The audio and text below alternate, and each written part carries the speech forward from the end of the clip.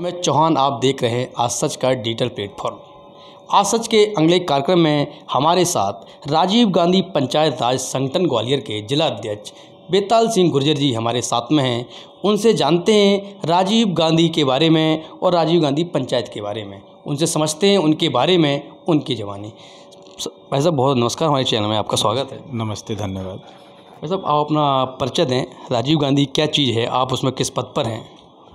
मैं बेताल सिंह गुर्जर, राजीव गांधी पंचायती राज संगठन का जिला अध्यक्ष ग्वालियर हूँ। वैसे राजीव गांधी पंचायत संगठन क्या चीज़ होती है और इसके बारे में अपन कैसे समझेंगे, क्या है, किस प्रकार काम करती है? राजीव गांधी पंचायती राज संगठन, ये राजीव जी ने इसको शुरू किया था, जो कि ग्रामीण जनता के लिए और जो योजनाएं ग्रामीण जनता में जो चलती हैं उनके क्रियान्वयन ठीक से हो, इसके लिए इसका एक निर्माण किया था राजीव गांधी जी ने। आप अभी किस किस पद पे रहे हैं कांग्रेस में और आपने क्या क्या काम किया है कांग्रेस के बीच में? मैं कांग्रेस में 1991 से कांग्रेस में रहा हूँ और मैंने कांग्रेस के लिए काफ़ी काम किए हैं। उसके बाद पार्टी से जुड़ा तो रहा हूँ, फिर मैं 2008 में मतलब सरपंच भी रहा हूँ 2013 तक। और मैंने मतलब जनता की, ग्रामीण जनता की जो वो है व्यवस्था है, उनको मैंने ठीक से देखा। सरपंच कहाँ से रहे थे, किस गांव सरपंच थे आप? मैं मोहनपुर सरोल पंचायत हुआ करती थी, उसमें मैं पंचायत रहा था। पंचायत किस सन में थे पंचायत?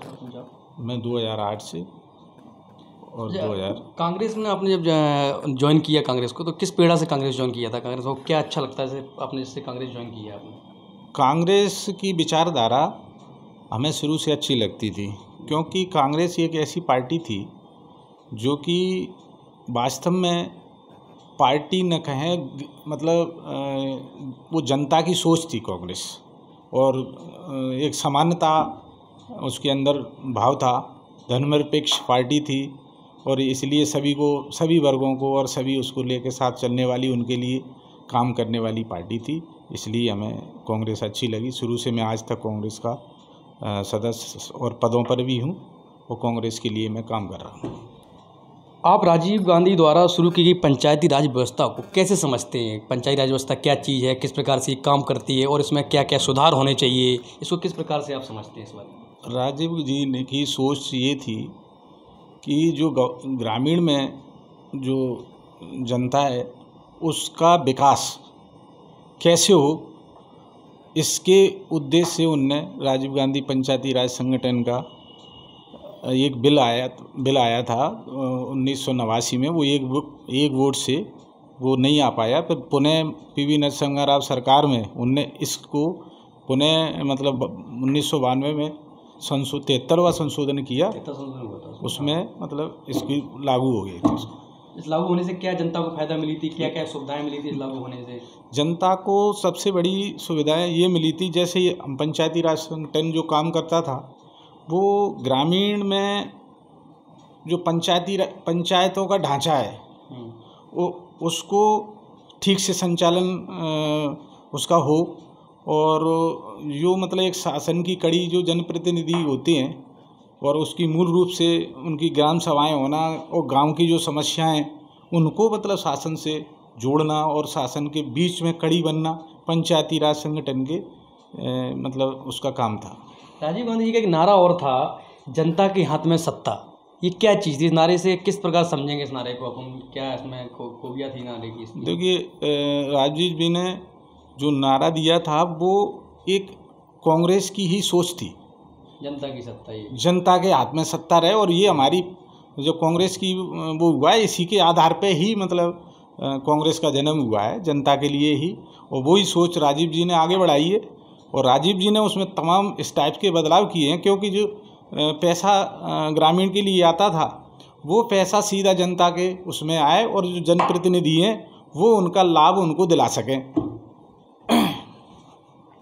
पंचायती स्तर पर जो योजनाएं आती हैं जो अभी ग्रामीण में उसकी क्या हालत है? अब अभी आपके विपरीत सरकार है, तो अभी क्या पंचायत में आपको लगता है कि सुधार होना चाहिए, कि शिकायतें पंचायत में? नहीं, वो चीज़ तो बीजेपी गवर्नमेंट ने पंचायती राज संगठन ये कुछ भी नहीं है, वो सब उन्होंने ख़त्म कर दिया। ये ऐसा पंचायती राज का जो वो था, हम लोग पंचायती राज से अवगत कराते रहते हैं समय समय पर, लेकिन इनको बीजेपी इनको इस चीज़ को कोई तवज्जो नहीं दे रही है। इसलिए थोड़ा ग्रामीण में भी मतलब अव्यवस्थाएँ और लोगों की समस्याएँ, तमाम चीज़ें मतलब अभी खड़ी आपकी हैं। नज़र में सबसे बड़ी ग्रामीण समस्या क्या है? ग्रामीण मुद्दे क्या हैं जो सरकार, जो हालांकि सरकार अभी है वो उसको ध्यान नहीं दे रही है, और आपकी सरकार आएगी तो उस चीज़ पर ध्यान देगी? ऐसी क्या कमियां हैं ग्रामीण में जिस प्रकार से आपकी सरकार ध्यान दे उस पर? देखो, ग्रामीण में कमियों की कोई कमी नहीं है। मुख्य कमी ये है, ग्रामीण में सरकार का कोई ध्यान नहीं है। ना तो उनको लाइट टाइम पर मिल पाती है, न बीज मिल पाता है, न उर्वरक मिल पाता है। कोई मतलब उसकी तरफ व्यवस्थाओं पर ध्यान नहीं है।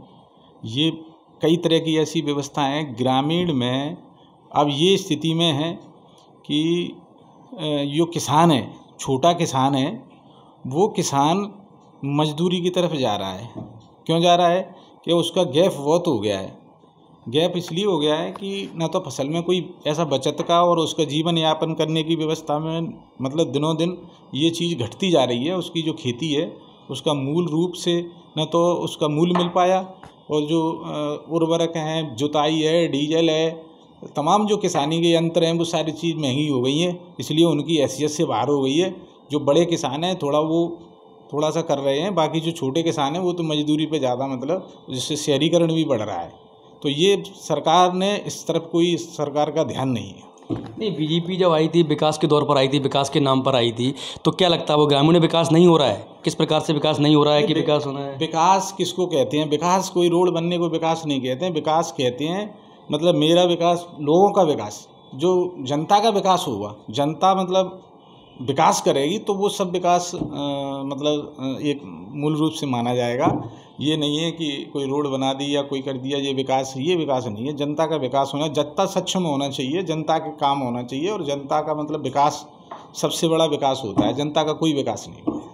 अच्छा, आप ग्रामीण से ज़्यादा जुड़े हुए हैं, ग्रामीण के लोगों को आपको ज़्यादा विश्वास रहता है। अभी एक लाडली लक्ष्मी योजना भी बीजेपी सरकार दे रही है, तो क्या लगता है अब ग्रामीण में हर किसी घर तक योजना पहुंच रही है? कुछ घर वंचित भी हो रहे हैं उस चीज़ से? देखिए क्या है, ये इनने वोटन का साधन बना लिया है। जो लाडली लक्ष्मी योजना है, वोट का साधन है। उनके कार्यकर्ता, उनको चाहे वो पात्र हों चाहे अपात्र हों, वो उनके बीजेपी से कनेक्शन रहे, इसके लिए उनका ये कार्यकर्ता बनाने जैसा मतलब उद्देश्य है। और जिससे मतलब उनको वोट करते रहें और सरकारी पैसे से मतलब वो चुनाव जीतते रहें, ये उद्देश्य है। इसका और कोई इसमें उद्देश्य नहीं है। अगर ऐसा करना ही था, अगर हमने मदद करनी थी, तो उनको कोई काम देना चाहिए था। उनके परिवार से एक काम देना चाहिए था जो क्षेत्र में भी काम करें इस टाइप का। जैसे हमारा राजीव गांधी पंचायती राज संगठन काम करता है, इस टाइप से उनको एक जैसे शिक्षा कर्मी होते हैं ना, इस टाइप से संविदा टाइप में उनको जॉब देना चाहिए।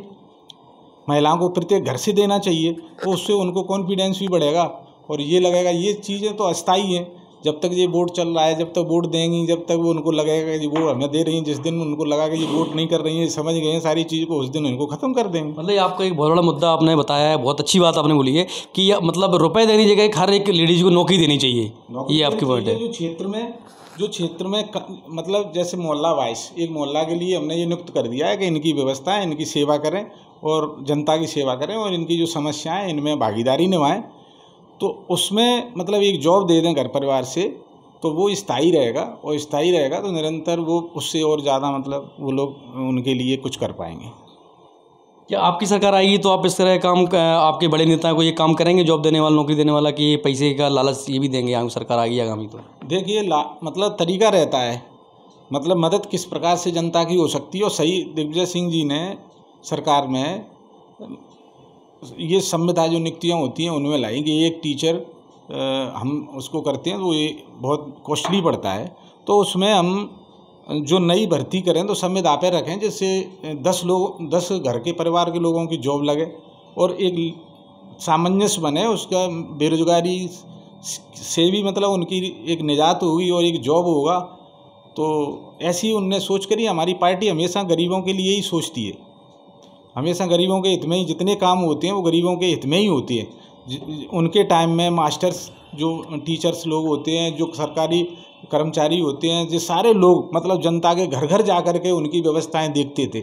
आज वो चीज़ ख़त्म हो गई। अब कोई मतलब उस वो नहीं, अब तो केवल उनके जो कार्यकर्ता हैं, हमारे वोट कहाँ हैं उनको देखते हैं। बाकी उनको ऐसा लगता है कि जो जातियाँ हैं, जो जातियाँ हमें वोट नहीं करती, उनके लिए कुछ नहीं करते हो। ये ऐसी व्यवस्थाएँ, मतलब स्थिति खराब है।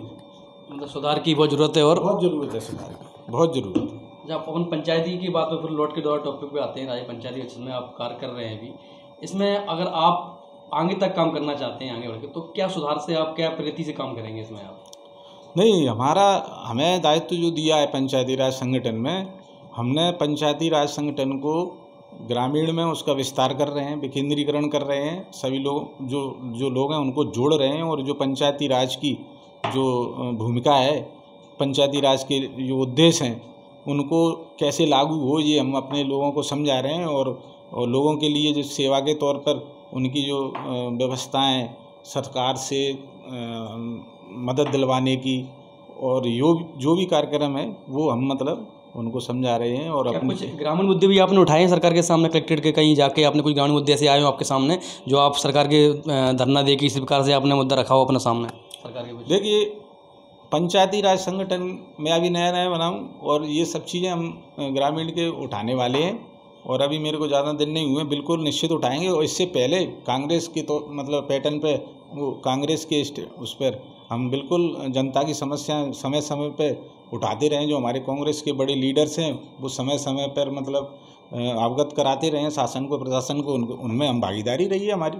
कुछ आपके अभी करंट में कुछ मुद्दा है जो आप उठाने वाले होंगे, अपने ऊपर तक आवाज़ पहुंचाएंगे उसकी, जो आपको लग रहा है ग्रामीण में ये बहुत गलत हो रहा है, इसको सरकार के सामने लाना चाहिए, आपकी पार्टी आप सहयोग करें, आप उसको आगे लेवल तक लेके जाएं, वो एक बड़ा मुद्दा बन जाए, और राष्ट्रीय लेवल या नेशनल लेवल का मुद्दा बन जाए, वो ऐसा कोई मुद्दा आपकी नहर में कुछ है अभी ग्रामीण का? देखिए, ग्रामीण का सबसे बड़ा मुद्दा तो यही है कि हर ग्रामीण का व्यक्ति शहर की ओर भाग रहा है। तो शहर की ओर भाग रहा है तो क्यों भाग रहा है, हमें उसकी व्यवस्थाएं सरकार से और उनसे ग्रामीण में ही हों, तो और ऐसी व्यवस्थाएं बने, ऐसे मुद्दे हम इकट्ठे कर रहे हैं। और उन मुद्दों के शहरीकरण ना बढ़े, और जो ग्रामीण से जो लोग आते हैं और वो मजदूरी करके भाई झोंपड़पट्टी और ये बना के जो अव्यवस्थाएं शहर में भी फैल रही हैं वो नहीं हो, क्योंकि उनको वहाँ रोज़गार नहीं मिल रहा है ग्रामीण में।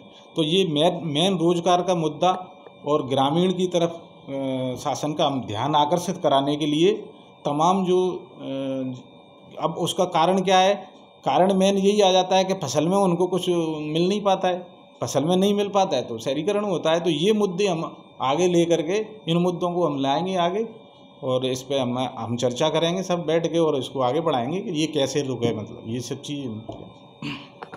आपने पूरा जाना, बेताल सिंह गुर्जर जी को आपने समझा पूरा, उन्होंने पूरी बताया राजीव गांधी पंचायती संगठन के बारे में। और जो कोई दर्शक हमारे वीडियो देख रहे हैं और जिसको पंचायती राज के बारे में कोई जानकारी चाहिए हो और ग्रामीण को मदद चाहिए हो, तो वीडियो देख के कमेंट कर सकते हैं, बेताल सिंह गुर्जर से मदद ले सकते हैं। और हमारे वीडियो देखने के लिए धन्यवाद।